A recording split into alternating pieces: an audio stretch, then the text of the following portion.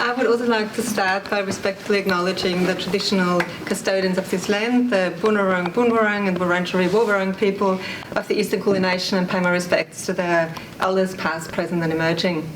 It is my absolute pleasure to welcome you all to this first panel today, which is a hybrid panel, so I also explicitly welcome everyone online who has just joined us. And the first panel will be about youth, education and universities. My name is Martina Boese, and it's my privilege to introduce to you a fabulous panel of speakers. I will start with, next to me, Professor Anna Hickey-Moody, who is Professor of Media and Communication at RMIT University. She has a background in the performing arts and social anthropology and worked in dance theatre in the past. Since then, Anna has worked with socially engaged art as a research method in the UK and in Australia to develop stories about marginalised young people that challenge stereotypical forms of representation. Anna and her team were recently awarded ASC linkage funding for a project called Vital Arts, Skilling Young People for the Future, and I look forward to hearing more about that shortly. I should also mention that Anna held an ASC Future Fellowship until last year and has published extensively on art, creativity and pedagogy, accessibility, while also continuing her own creative practice across a range of media. I'm very excited to have you here, Anna. Thank you. Associate Professor Helen Forbes-Mewett is the discipline head of sociology at the School of Social Sciences and Deputy Director of the Monash Migration and Inclusion Centre. Helen's interdisciplinary background includes sociology, psychology and international business. Her work focuses on human security, migration, cultural diversity and social cohesion, with a particular focus on international students. Helen's extensive research on international students in Australia goes back a long time before the pandemic and includes also an ASC on international student safety from crime and the aftermath of the attacks on Indian students in Melbourne, and extends to recent research on international students' mental health. During the pandemic, Helen's research has also explored effective COVID-19 communication strategies for young people from cultural and linguistically diverse backgrounds in Victoria, international student sexual and intimate partner violence experiences, as well as migrant workers and precariousness during COVID. Thank you for making the time to join us, Helen. Last but not least, Professor Dan Woodman from the University of Melbourne. Dan is Tia Ashworth Professor of Sociology in the School of Social and Political Sciences and Deputy Associate Dean, Research, Impact and Engagement in the Faculty of Arts there. He previously worked at the University of Melbourne's Youth Research Centre and prior to academia as an intellectual disability support worker and in public service, I like to mention it. Dan's primary research area is the sociology of youth, young adulthood and generations, where he's made important contributions to conceptualising generational change and the new social conditions impacting on young adults. Dan was also the founding convener of the Sociology of Youth thematic group within the Australian Sociological Association. He's also very active in the ISA's Research Committee on the Sociology of Youth and is co-editor of the Journal of Youth Studies. And finally, he's also the current president of the Council for the Humanities, Arts and Social Sciences and immediate past president of CASA. Welcome, Dan, and thanks for joining us. So we've allocated 1 hour to this session and would like to spend about 40 to 45 minutes hearing from our panellists before opening the floor to questions from you. So I won't do a long introduction. I mean, we all have heard a lot about young people, really, who were often at the centre of debates around the impacts of lockdowns and other public health measures, especially here in Melbourne. And a lot of education from primary to tertiary has been disrupted, has only occurred online, and has raised a lot of concerns with young people's engagement in education, but way beyond education, their overall social well-being and other outcomes. So I might get started by asking you all about the impact of the pandemic on young people from your respective perspectives. And I might start with Anna. So how would you say the pandemic has impacted education in schools and especially in universities in Australia? I think that the shift to living life online has been maximised by the pandemic. So life online has also become part of experiences of schooling and university experiences. We already saw an increase in screen time with young people in terms of, their gaming communities and young people going onto TikTok. But now, schools also had online learning spaces during lockdowns, and universities were primarily online for 2 years. So I think that that the subjectivity that is developed in digital sort of on screens and in online spaces needs to be really sort of at the forefront of what we're thinking about when we're thinking about young subjects, because all learning, informal and formal, now has a digitally mediated component to it. Mm-hmm. So I think that is increasingly prescient. And I also think that we can't take the pandemic away from other major shifts that happened during COVID. So we saw the Job Ready Graduates package implemented in Australia, which has made higher education a more expensive and potentially daunting project for young people. It's seen arts degrees as being more expensive and a riskier gambit. And we've also seen the rise of climate disaster in a way that's encouraged urban youth to really speak out and mobilise, but has also made rural youth feel more disenfranchised and perhaps presented climate change in a way that has been more divisive than unifying. So we've seen urban youth really mobilise and country youth feel left behind. And so these things have all happened at the same time as kids have been kind of locked alone on a screen. And so now that we're sort of starting to come out of it, I think we need to look at the impact of learning online. And I mean that in informal and formal contexts, but then also look at climate change and look at developing equitable climate change sort of agendas that are not just speaking to primarily middle-class youth who know that stopping climate change might save the world. We need to look at a more complex picture of young people's needs and look at pathways into education for young people. Is that I think that pathways have changed, and we've seen the introduction of microcreds and a mix-up of how young people might go about furthering their education after school. And so I think we need to start asking questions about what a more diverse higher education landscape would look like. Mm-hmm. Anyway, I could keep talking for a long time, but I don't want to talk too much. That was great for a starting point. Thank you, Anna. Diane, you've been involved in longitudinal research on young people on the Life Patterns project for several years.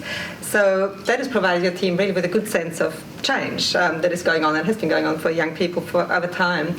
So could you maybe start telling us a bit about the project and also then how the research has changed and been affected by the pandemic? So Life Patterns started in 1991. So I used to make a joke about how obviously I wasn't there when it started. And then, after a few years of pandemic at home with my young children, I worry that people are like, oh, maybe, I don't know, possibly, how old are you, who knows? But it was started by Peter Dwyer and Joanna Wynne. And we followed that. They recruited a cohort leaving school in that year, so year 12s from that year. And then I began working on the project in 2005. We were recruiting another cohort who finished school in 2006. So we got to follow two generations, really, two cohorts that were part of those broader pop cultural labels of like Gen X and millennials. Mm-hmm. And we the team, and it's a big team. Joanna's still part of it. Some other colleagues at Education at Melbourne, Julia Cook at Newcastle. We got an ARC grant to recruit a third generation, or third cohort that are leaving school this year. So we'll get to see what happens to them. We don't know yet, but it's been really hard to recruit. So schools, on the one hand, recognise that the research is important when we talk about it, but just like maybe even more so than universities, people are exhausted, tired. Some government departments, including the Victorian government, has just said no research, basically. So you need to have an in with the department, so someone who backs your research and gets you an exemption, or you can't be recruiting, can't be doing studies in schools at the moment. So it's one of those things where the research is probably needed more than ever, but everyone's stretched and there's a lot of push on lots of people trying to get access, so it can be hard to do the research, and I think that's probably a general issue. One thing that Life Patterns did make me reflect on around the pandemic is that Anna was talking about how there were other things that went on during the pandemic that could have happened at any other time and kind of got mixed in with it all. I think one of the reasons, well, there are a lot of reasons Jobs Ready Graduate got through Parliament reasonably easily. And it's to do with us and maybe not being able to rally enough allies to our cause as we may have been able to. But one of the reasons it got through is that it was just a hard time for us and universities to respond and advocate for ourselves because we were just making it through.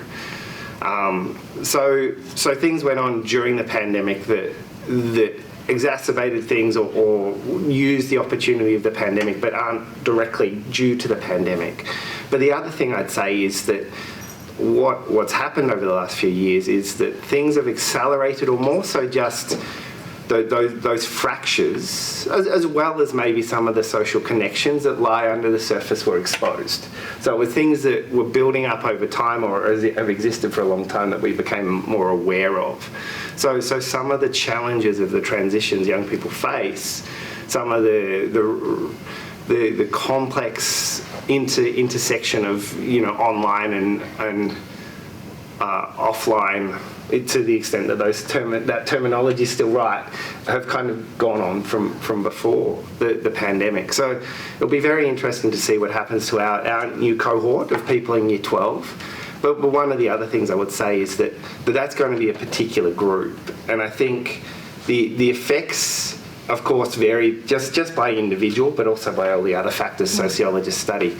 But also, if we look at past major events, so the kind of longitudinal study that started longitudinal studies like what we do, Glenn Elder's, is it? Elder, yeah, study of the young people and children of the Great Depression showed that just a few years can make a big difference. If you were at that kind of transitioning into work, finding your feet age during the Great Depression, which is in some ways transitions were delayed then, but they were younger than now. It really had an impact that went on through your life. Mm-hmm. If you're a little bit younger, again, lots of individual differences, but they did pretty well. They kind of came into work when things were improving. They had a certain kind of resilience that came through that. And I've got primary school age children as well, and I saw the interesting way they handled being stuck with their parents in the house for 24 hours a day, including using messenger kids and gaming and other things. And the way a new type of sociality built up, but also they did just like me and others still want that. I think it was Bolden and Molotoc. I should have written down all these names, but John Uri talked about it in the 2000s, a compulsion for proximity. There's still something about being together they wanted, and they did miss that. But my kids are also, almost more so than me, kind of resilient to our plans changing. They're almost just used to it now. It's like, oh, this party might get postponed, who knows, including my own. So it'll be very interesting to see those different, and this will be the job of sociologists to not put everyone in the same bucket and look at those micro differences by age, but also by all the other things we cover. That's great, and I'll ask you later about your opinion on this COVID generation idea. But for now, I'd like to ask Helen. You've looked at international students for a long time, and so we all know, of course, in the education sector, the enormous financial contribution that international students have made to the sector, and we've paid as departments for that lots of international students. But of course, international students in their own right have experienced the pandemic in many different ways, and so I wonder whether you could speak about this issue. So the experiences of international students during the pandemic, and where you see the main impacts there. Okay.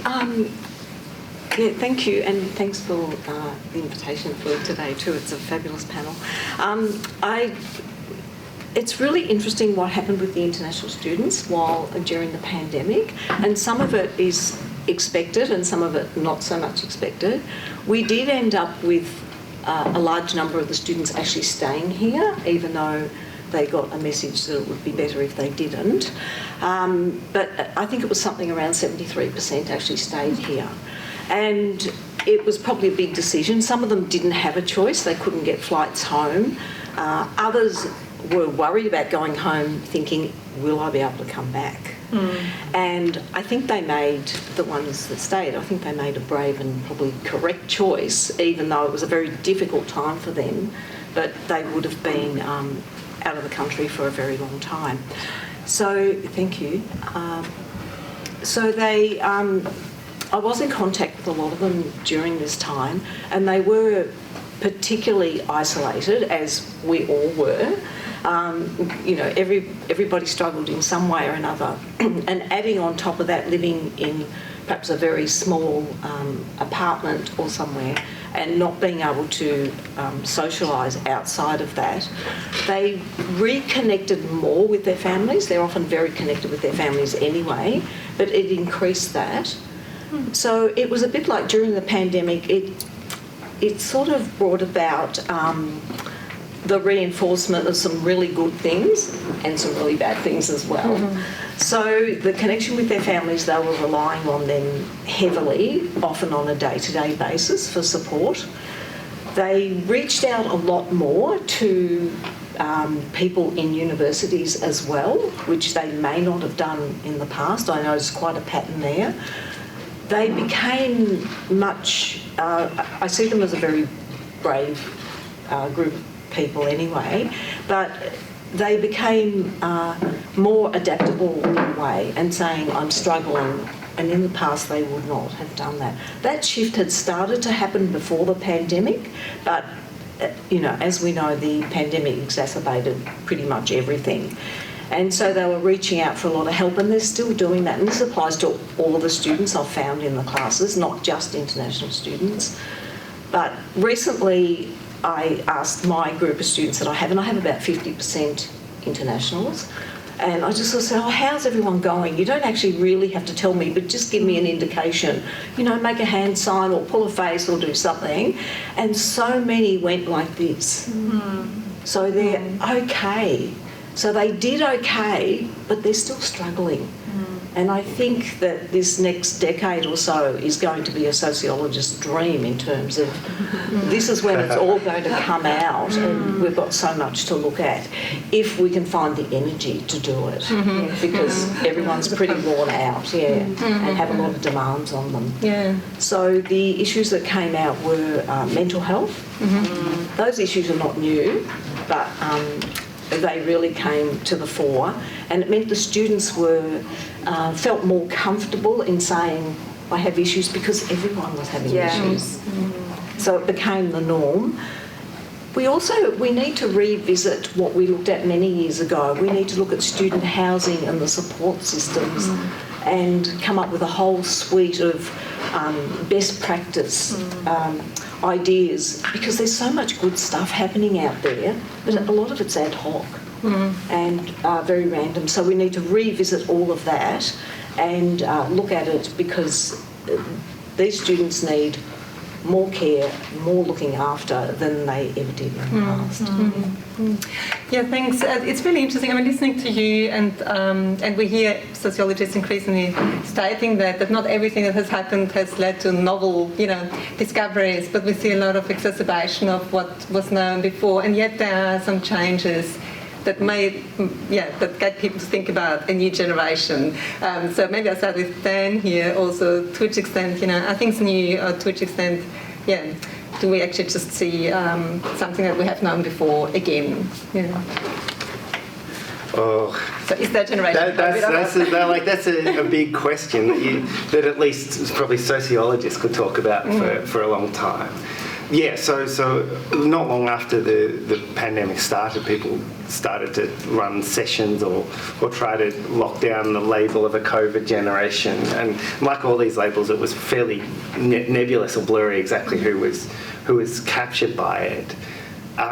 People who know my work will know that I don't mind the use of these generational labels in the popular discourse, because it is a way in for sociologists often. It's a way that gets us away from thinking about individuals or psychological factors, other things, but almost always a good sociologist's role in these discussions will be to add some of that nuance about the way different points in the life course that can be quite small in terms of years can make a big difference as they intersect with social change. The usual thing of trying to tease out as best as you can kind of period, cohort, and all those different kind of temporal effects that we get. So I think, as we've already talked about, some of the things that are attached to the COVID generation are to do with things that were already going on before. There's going to be, one of the things is you really...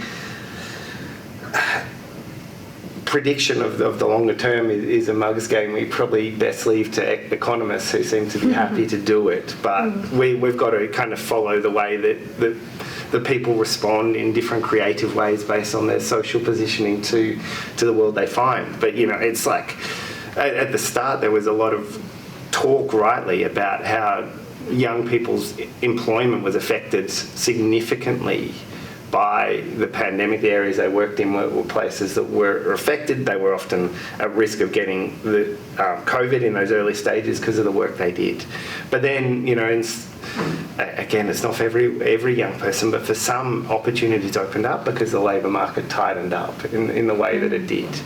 So what that means in 10, 20 years, it will be interesting to see. And I guess, like Helen, I was thinking, there's so much interesting sociologically about the way I think about it is generations or social change rarely remake the world, as in the divisions that used to matter to people's life opportunities suddenly don't, and brand new ones do.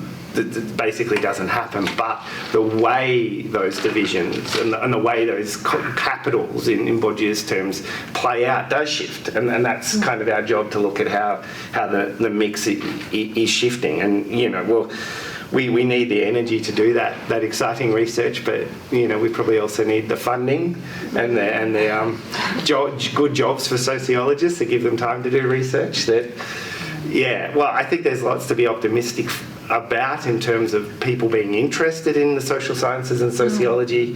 There's a lot of young people coming through to do higher education. The jobs-ready graduate discourse and other things sometimes push them in other directions. Sometimes senior university leaders who should have a much more nuanced and sophisticated sense of what it means to prepare graduates for a world of work that's changing rapidly, and don't do it, and have very, very narrow ideas about what job readiness means. But there's a lot to be positive about. There's going to be a lot of students taking sociology courses in one way or another, and hopefully universities find a way to make good jobs that give you research time, and we have a government that funds the research, and we can do some of these things, because that will help with the energy, I think. Yeah, let's hope. Let's be optimistic. Anna, what do you think are the key areas that sociologists should be looking at in relation to youth? And I think I've gestured towards the impact that digital spaces have on young people today. So I think that we need to start kind of shifting to think about how young people's engagement with these spaces are changing really big things in terms of... I've been thinking about young people's intimacy and their sociality, which is really fostered online in a way that it just wasn't in my early career. Like I began research when I bought a very cheap some kind of computer that was an Apple Mac with a green screen that was all attached for my honours thesis. Like it was a completely different world. And my anthropology readings were photocopied. It was a completely different. They are radical shifts. I think that I really agree with Dan's point that we see sort of an intensification. That if there is a COVID effect, it's an intensification rather than new things.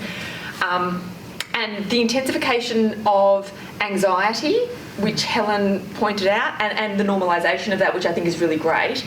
But that is definitely clear that young people are much more anxious and have also lost what I have ended up calling know-how through this ARC project that we're doing at the moment. We're looking at 21st century skills. So they're things like criticality, creativity, collaboration.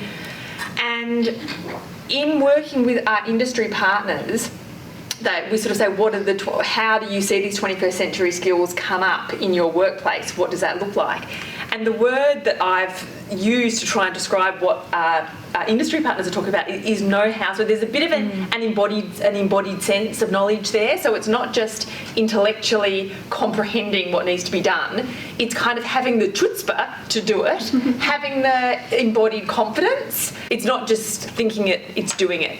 And I think we see that in our classrooms. I don't know whether Dan and Helen have experienced going back to teaching with kids that have been behind a Zoom screen, and really it is a different kettle of fish. Pre-pandemic to post-pandemic teaching, small groups are as good as you're going to get for getting any words out of, these are third year communication students that I'm like, come on, I'm not scary kids, I'm wearing my printed t-shirts, I've got all the semiotic signals going, it's like and so then you take that into any kind of professional development context, and you want someone who you can trust, who can move beyond their own terror. And at the moment, what we're working with is a potentially generation of young people that are struggling to move beyond their own generalised terror. And I think that is going to, be an issue professionally and in educational terms. Certainly it is in educational terms, and my early research in a couple of the research sites suggesting that that's really what they've been struggling with getting young people up to speed in professional contexts is the withdrawn nature of highly anxious young people. So that is a very big context for thinking about reframing, but I think that we need to reframe the research questions we're asking to look at the impact of a life lived online. Is that I think that digital ethnography is probably the answer to everything right now, and I think that especially in terms of young people, what it means to be close and to be in relation and to develop skills has a digital life, and then and perhaps less life off the screen. And can we move them off the screen? I don't know. I try on a weekly basis. We all do. Many of us do. But can I ask, and this is for the benefit of partly myself, because I'm not a youth researcher, and also non-youth researchers in the audience, can you give us some examples of these positive ways of, digital sociality that have actually emerged, and also in the art space? I know you've written about Yeah. I think that might be interesting for those who are not much in the know. The positive examples that come to mind are more pedagogical examples of how I've ended up having to make post-COVID classroom work. With my industry partners, I've currently got a linkage project, as Martina mentioned, that is working with industry partners around developing ways of acknowledging work-ready skills in young people. So I'm developing micro-credentials that acknowledge young people have 21st century skills. But what's happened is, in meetings with the industry partners, the young people are struggling to kind of come back in an embodied sense in the way that they might have been before COVID. So things like music production, production design,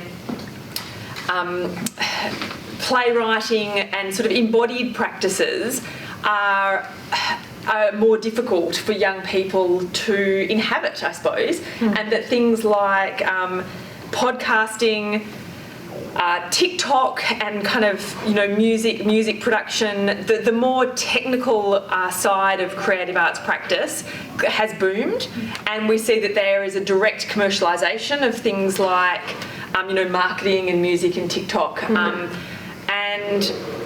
same with podcasts, and there is no kind of certified micro-cred in podcasting yet, so I think we're going to hopefully be the first one to make one of those.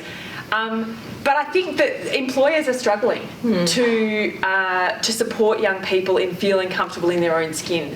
in a way that was not the case pre-pandemic, and I am assuming that it won't be the case forever. I mean, these are a generation of, I'm talking about some Melbourne fieldwork sites especially, where, you know, kids really have been locked up for 2 years. And I'm assuming that it will change. It's not going to be, but, you know, Dan was talking about the people who are really who are most impacted, and I think that there probably are some people that are really, you know, not able to come out of themselves yet.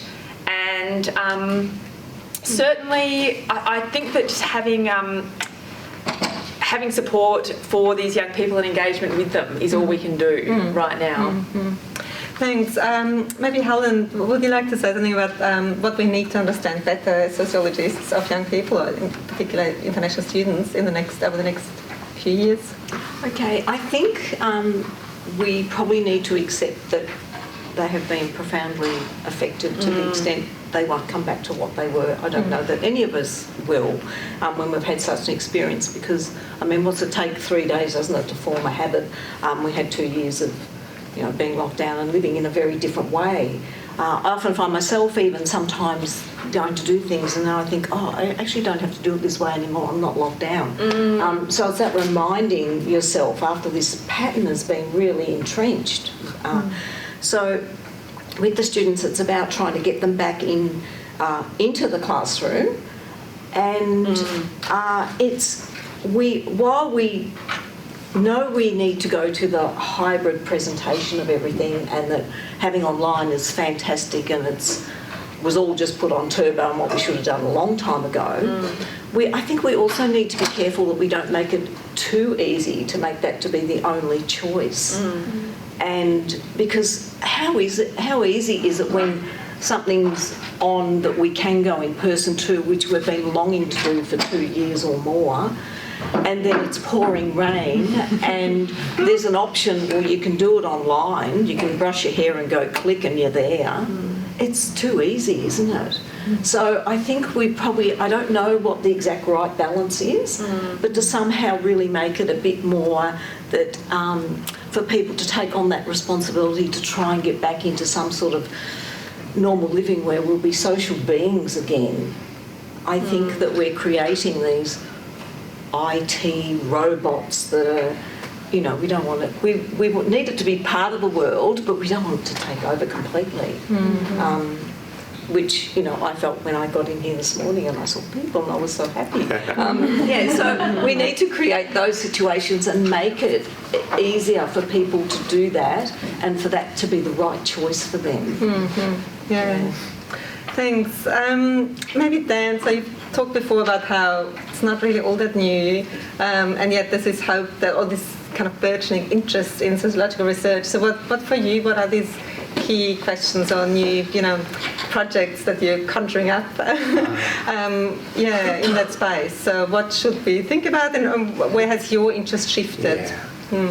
So I think it's really nice to be in the room with people, as you say, and like Anna was saying, I think there's probably some readjustment back in those dispositions. It's really nice to look out on the room, but every now and then I'm like, have I put my going out shoes on, or am I still in my slippers like I would be doing this on Zoom?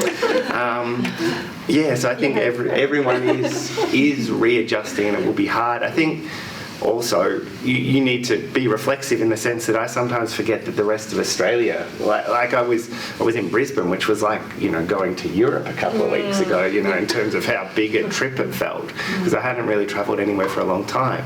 But I was struck by how different their pandemic had been. You know, I was joking to them that, you know, everyone in Melbourne is exhausted, they're tired too, but I was saying really here, and then I said that I think that the rest of Australia should support everyone in Melbourne to have like long service leave, like just 3 months off, and they didn't completely agree, but so you know, there are these differences based on where you are, and lots of things have made being at home really relatively easy, relatively safe, or really dangerous for people, and we'll see that play out. You know, as we've been saying, a lot of changes around the way sociology moved online and other things have a very long history. I was laughing when we were talking about the way teaching and research has changed, that I feel old when I talk to my early career colleagues when I tell them that the first couple of journal articles I did, you had to like print out 5 copies of the journal and actually post them to someone. So all these things have changed, and I was reflecting on the way that for like 20 years, well, all my academic career that I've talked a little bit about how work is changing, people have said, we're all going to be working from home, the ICT revolution. And, obviously they were talking about not people who are doing work like delivering food or logistics, driving trucks around, but there was this sense for ages, it's coming, and it never came. So what was going on? And there was lots of power things there, but I always, without being an expert in this area, came back to Saskia Sassen's stuff about these synergies that came in these big cities from bringing together professional classes. And we saw that we can move things online, and it is convenient for lots of people, and it does work, but lots of people are talking about just like flexibility always had its dark side, that online work is going to potentially have a big dark side, and this will be a job for us sociologists to track what happens to people's sociality, but also say work relationships, but also work opportunities. Does it become that the people who can go to the office in the downtown and have coffee with other people doing similar work at other cutting edges around them are going to have a very different career trajectory to the people who mostly work at home?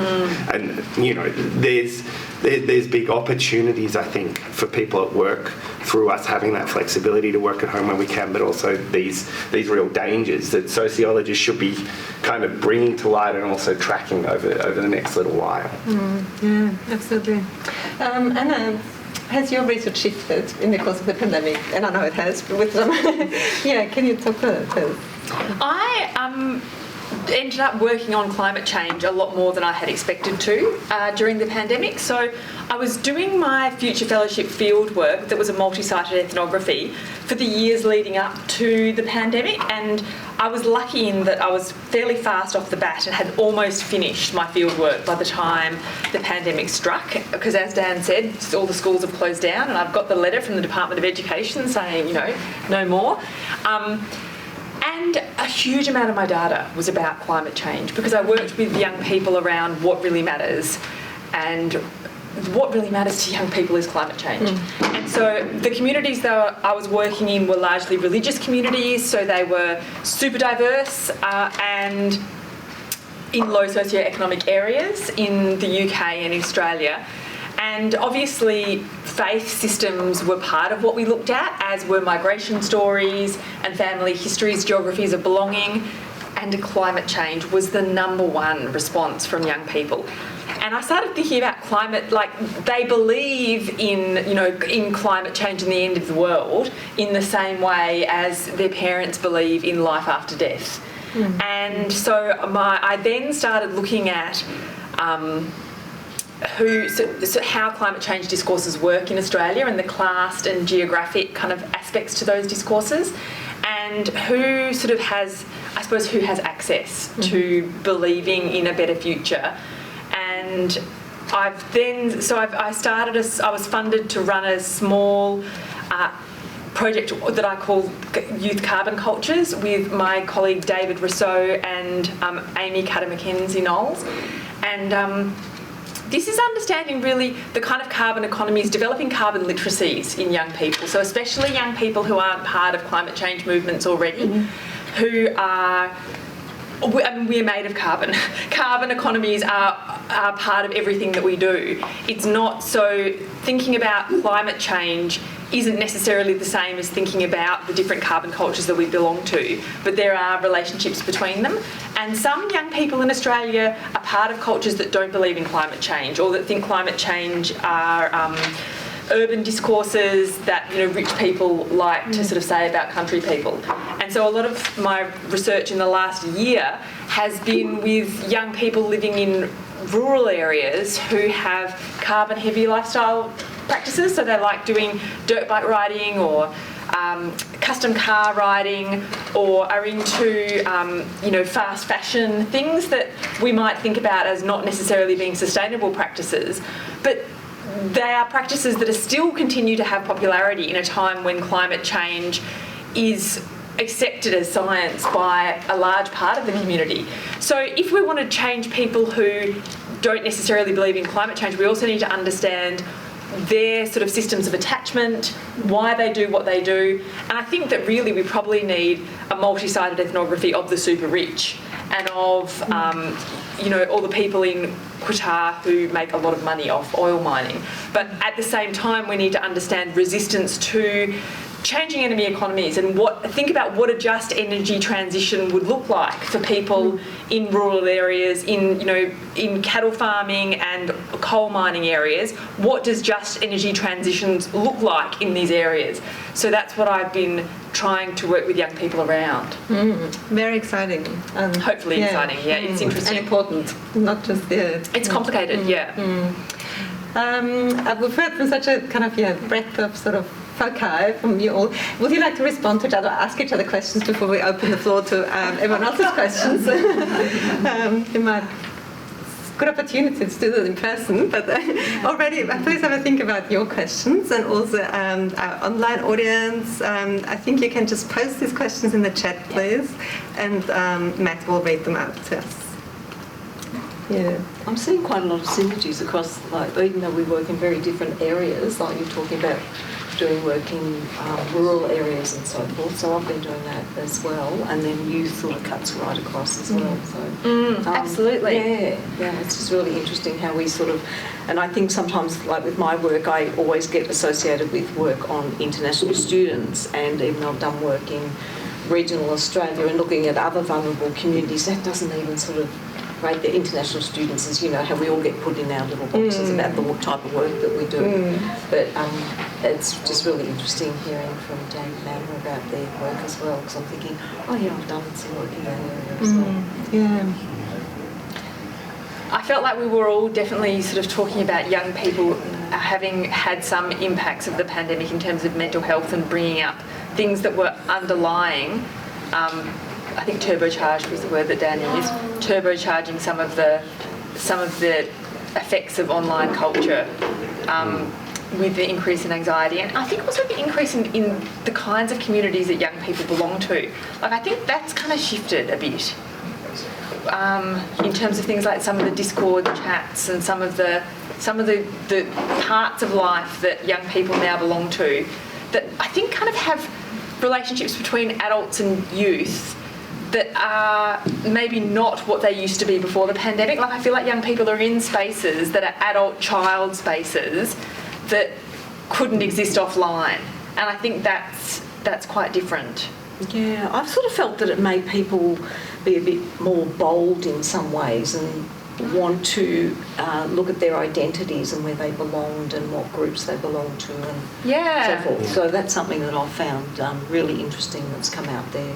Sort of really looking about what's happened, how it has impacted them and people around them, and sort of reassessing about who am I and what do I want to be doing with my life. I think we've probably all done that to an extent. Yeah.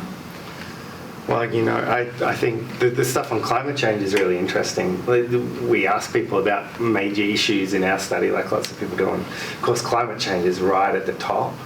We haven't done that kind of in-depth questioning I've done about whether it's almost like a belief. But I will be interested to see, thinking about the different youth practices, cultures, or more than youth practices, cultures, and how carbon intensive they are, that often the people who do say climate change is the most essential challenge facing us, and I put myself in this basket, would also, before the pandemic, have travelled to Europe a couple of times a year, even if they're not riding their dirt bikes, and to see whether how we bounce back to that way of living or not. And I think there's some really interesting things to see around that. And I think the intergenerational relationships that are coming up are so key in the way that practices we might think of as young people's practices, youth cultures, including online and gaming things, are often intergenerational, and people do have those relationships online. But in terms of intergenerational relationships offline, in Melbourne and other places that were locked down, you ended up spending a lot more time with your family. If you were, say, a young adult, we know that young adults live with their parents for longer, in general, than they used to. And one of the ways I think from our participants that works for people is, their different schedules didn't sync up really, and that was okay. Like, people were in and out of the house at different times. They could organise to catch up, have dinner sometimes, but you could also avoid each other. You weren't right on top of each other, and getting online was one way to get some space, but you were stuck with each other. And I talked about how for some people that was terrible, but it did probably reshape relationships between parents and children in a really significant way. And one of the things I'm working on at the moment that I think is really crucial, that again has just kind of been exacerbated or highlighted over the last few years, is the way that those resource transfers, not just when you're a teenager, when we think of parents investing in their kids, but through the 20s, late 20s into 30s, is shaping people's life course in divergent ways. We talk about housing and that bank of mum and dad, but I think that bank of mum and dad is probably having a larger impact in other things beyond housing as well than it used to. Yeah. It's interesting because none of you has used the word reset, which is of course used a lot in relation to COVID with young people, because we don't tend to think of resetting with young people, but rather in shaping their future because of these 2 years. But at the same time, they're surrounded by carers or parents that are kind of that think how much of that will change our intergenerational relations or family relations or our employment situations. So, that's an interesting parallel in a way of this, how parents or carers or grown-ups interpret these changes and doing this alongside young people who've had 2 years of their 16 years spent like that. So, it's something, I feel like from a youth studies perspective, you'd never really want to reset anyone. You're more interested. Yeah. So it's more about understanding and I suppose, being able to give insight into the complexities of situations. You don't want to make anyone do anything. That's like a disciplinary sort of. That's the you're never gonna sort of force someone into anything. Probably that's so the way I'm using the reset is more as a kind of not as a sociologist perspective, but a lot of us thinking of how's our life reset. So what can we keep of these good changes, of these positive changes, and what do we move on from? So the idea of reset is very much any of these crises, the analysis you get from people, particularly once it becomes kind of public analysis, mixes in, empirical, theoretically driven insights and just, politics and ideology and what people want. It's like when people say, things will never be the same again, it's going to be like this. It's often you're like, well, that would. It's either what they think will be terrible or what they think will be wonderful is what they're talking about when they talk about the reset. So when you get into the details, it's a bit of a truism, but sociology does have that role of. Michael Burraway talks about it as. Talks about how we do need that kind of real utopian aspect that you get from sociology to look at how people are in pockets doing something new, but we also have an anti-utopian moment that's important, that we point out how things go wrong or might be more complex than they look when people say COVID's changed everything. I think there's a question from our online audience. Sorry, it's a bit loud. We've got a question from Rosie joining us online. It's mainly for Dan, because Dan mentioned earlier about the different career trajectories for people who work from home or not, but especially for young people. So for context, Rosie says that she was an RA on a project at Western Sydney Uni and saw that a lot of uni departments had a lot more allowances for professional admin staff to continue work from home after strict lockdowns ended, but not academic staff. And that for academic staff, there were huge differences across departments in terms of grant supports and resources. So the question is, how do we have how do we work towards equity in post-pandemic university work? Big one. I think anyone can jump in on this one. It's one of those hard ones maybe where people might have some examples of better practice, but also there's probably reasons to worry that we won't get there because of all the. I think there has been a moment in universities where some terrible practices have been highlighted, called out. People are fighting to change them, but there's also, Jobs Ready Graduate Bill was kind of sold as investing in certain areas we really needed, and then bagging areas that really that government just didn't like because someone was mean to them when they were doing their BA back in the early 2000s. Made them read something. Yeah. No! But behind that kind of rhetoric, and I'm not sure whether this was a strategy that was taken, which was to talk about investing in our skills and where we really need. Overall, the package was just a per capita, per student funding cut to the system.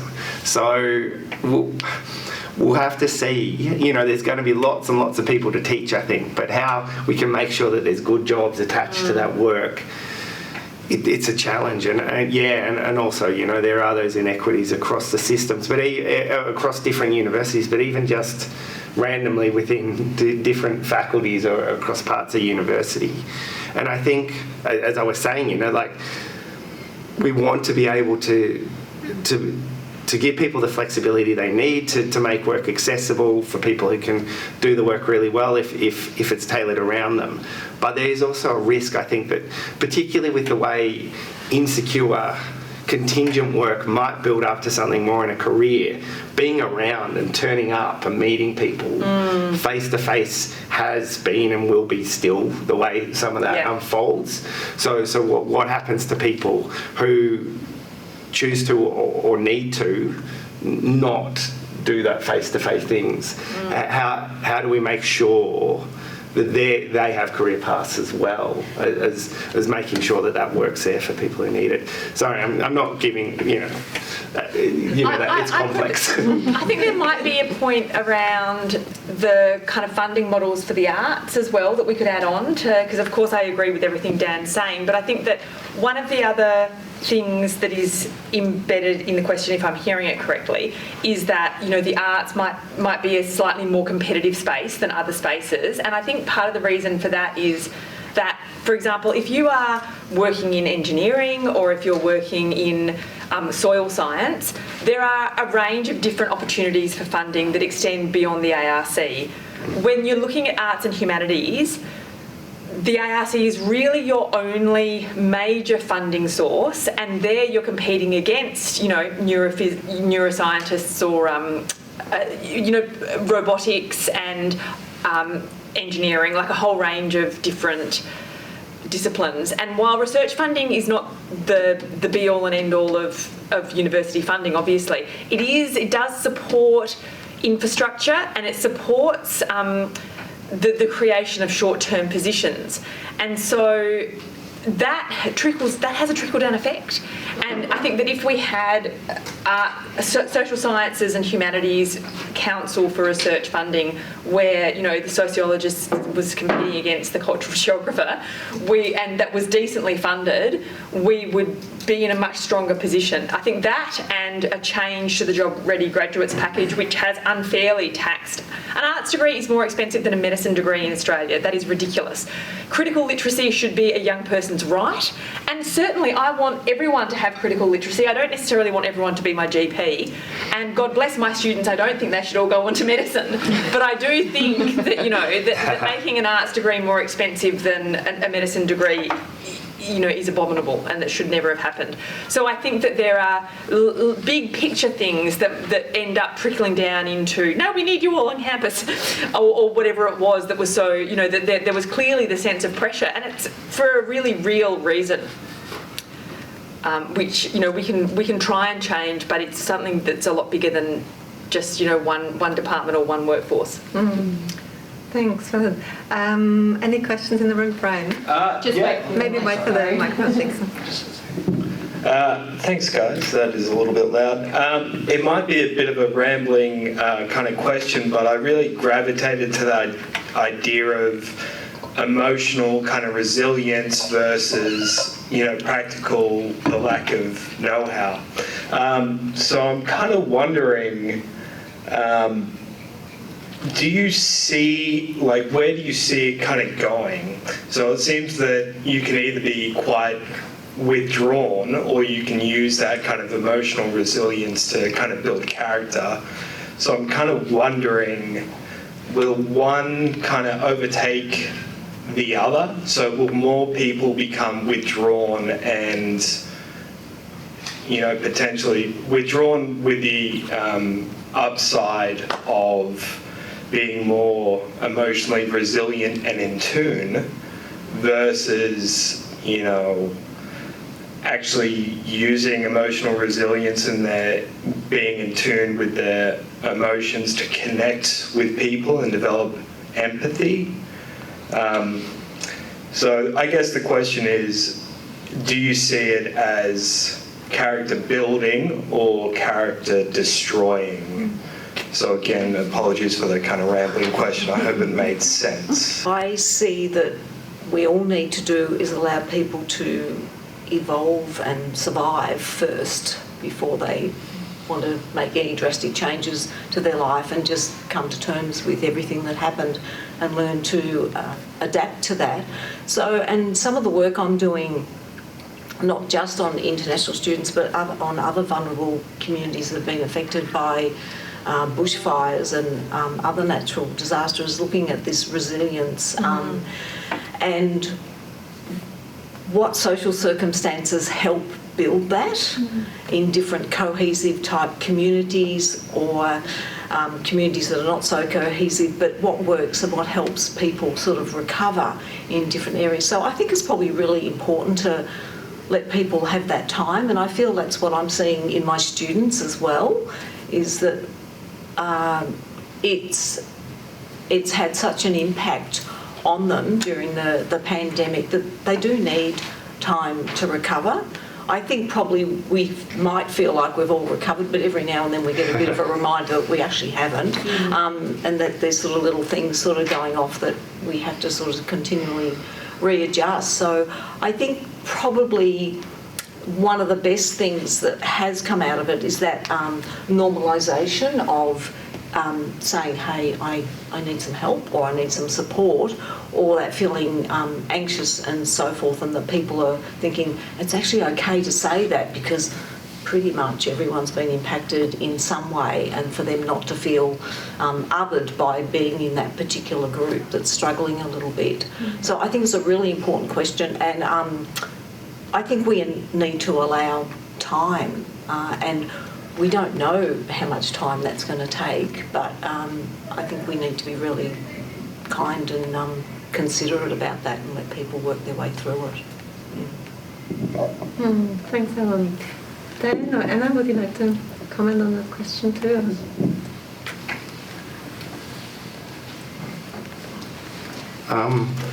I guess what we will probably see is, as always, some people will be given more space to do that work than others will have people being less forgiving of them. At the moment, I think a lot of people, I've mostly been working from home, have very different understanding. I was thinking about this when we were doing the Welcome to Country, the acknowledgement of country at the start, that it's nothing like, a culture of 60,000 years that understands place, but I have a very different understanding of place, my own place, than I did 2 years ago. I've spent a lot of time at home, and things have broken down, like the internet, and that's one of the things that can really affect your life at the moment if your home Wi-Fi breaks down. We needed someone to come in and look at it, and it was really hard, and they did a terrible job. And our local cafe, it's just understaffed, and sometimes people do a terrible job, but you also know that that's just they don't have enough people.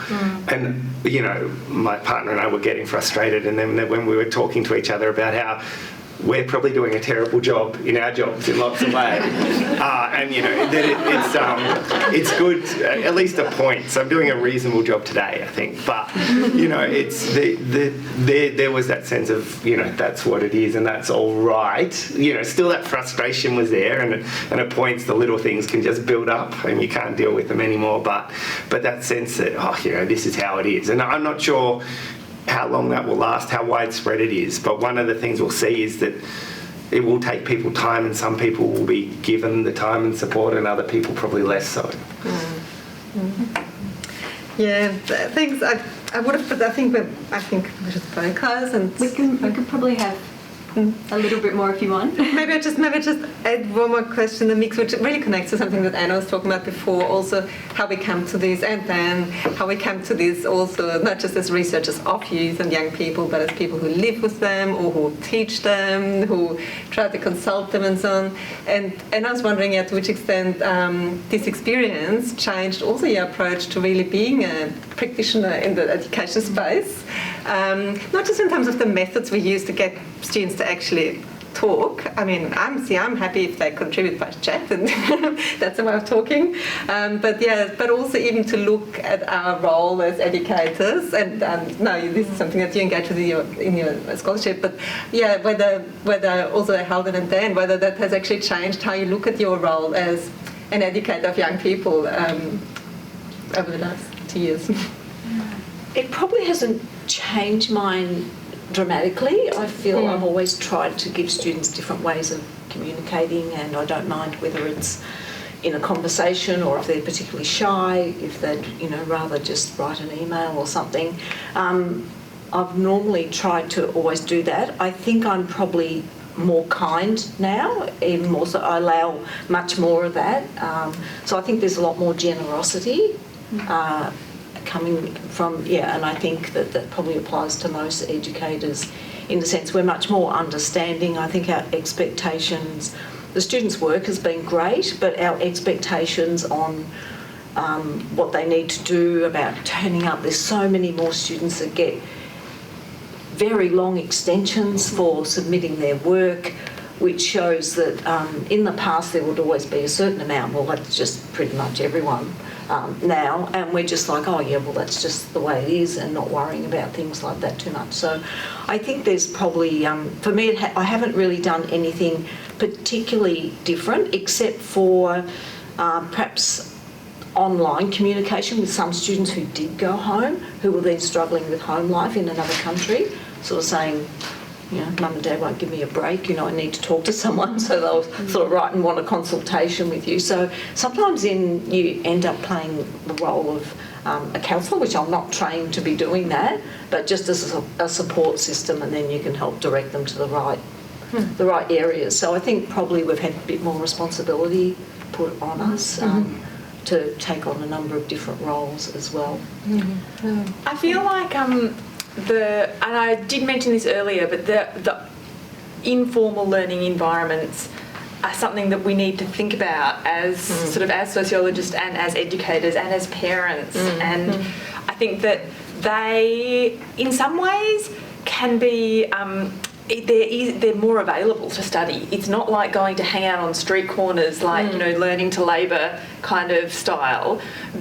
There's TikTok, like you can go and look at it. You don't have to go and hang out with the boys smoking.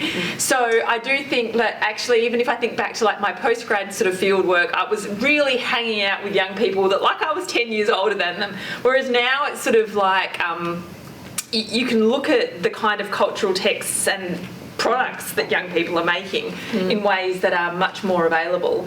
But I think that the level of time that young people spend in these spaces means that they really, they are taken seriously by a lot of youth sociologists, but perhaps they need to be taken more seriously by educators. And by that I mean not just tertiary educators, I mean the whole education sector. And that young people, the knowledges that young people bring to school curriculums and to university curriculums are largely shaped in these heavily socialised and corporately owned online environments. And that still hasn't quite been absorbed, especially in terms of school curriculum context and the kind of conversations that are being had around school education. And, there are really big implications for things like religion and sexuality in terms of the kinds of knowledges that young people are learning at young ages and in hybrid spaces. What does that mean for, religious sexuality education? That there are really big questions that adults are ignoring. And so I'm personally advocating to look at these questions and to answer these questions, because I think that is a change in the way that young people are learning. And I think that we in our classrooms are seeing a much more informal approach to, to things like lectures, which is so optional in young people's minds, in a way that you made your work. So I had 5 waitressing jobs and I still rocked up for every lecture. I knew when that lecture was and I was there. And somehow I managed to balance, I only did, my shifts when it wasn't lecture time. So those kind of shifts, I think, are part of the fact that what counts as learning in young people's worlds is increasingly informal. Yeah. Any last word on that, Dan? Well, I think Anna's probably covered those big questions. In terms of my own practice, I think maybe I was a little bit more generous. I think I always was, partly because I do study young people in this point in their life and I know some of the complexities and challenges. But there is a lot more people taking up the extensions. Things are coming in later. Yeah. And one of the things that in my institution at Melbourne, we were rightly in trouble for not paying people who were doing casual teaching for everything they did. And the way that was partly dealt with was not to pay them to do it, but to give it to the ongoing staff to do instead. And that also involved dealing with some of this work that was coming in late. And it was okay, teaching the big first year class, if you've got like 10 big essays that come in late that you've got to mark on your own now. Oh, right, but when it's 40 instead, it gets a little bit harder. I think you were talking about, when you introduced Anna, about your background in performing and the arts, that I don't have any of that, but I probably felt I needed to get more creative in my teaching. So there's props, there's dressing up, there's being silly. My children's soft, fluffy toys were teaching some of the lectures online for me, almost ventriloquist style, because I was just being silly to get engagement and getting people to do things. And I was thinking about how that works, and I'm taking some of it back into the face-to-face, but also, like so many things, I probably get away with not being very good at that stuff, and it's kind of seen as a nice try because I'm a middle-aged man professor, and whether we're pushing these needs to be the performer onto everyone to do their job, and who's going to get we know all the research about the way that students respond to us based on all the biases that we have in our society. But what's it going to mean when you need to do this performance as well with your teaching to get the engagement?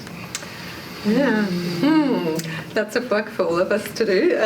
So on this note, thank you very much again, Dan and Helen and Anna, for sharing all your thoughts and including those experiences, and for making the time to speak to us today and come into a room with people, dress up, put the right shoes on.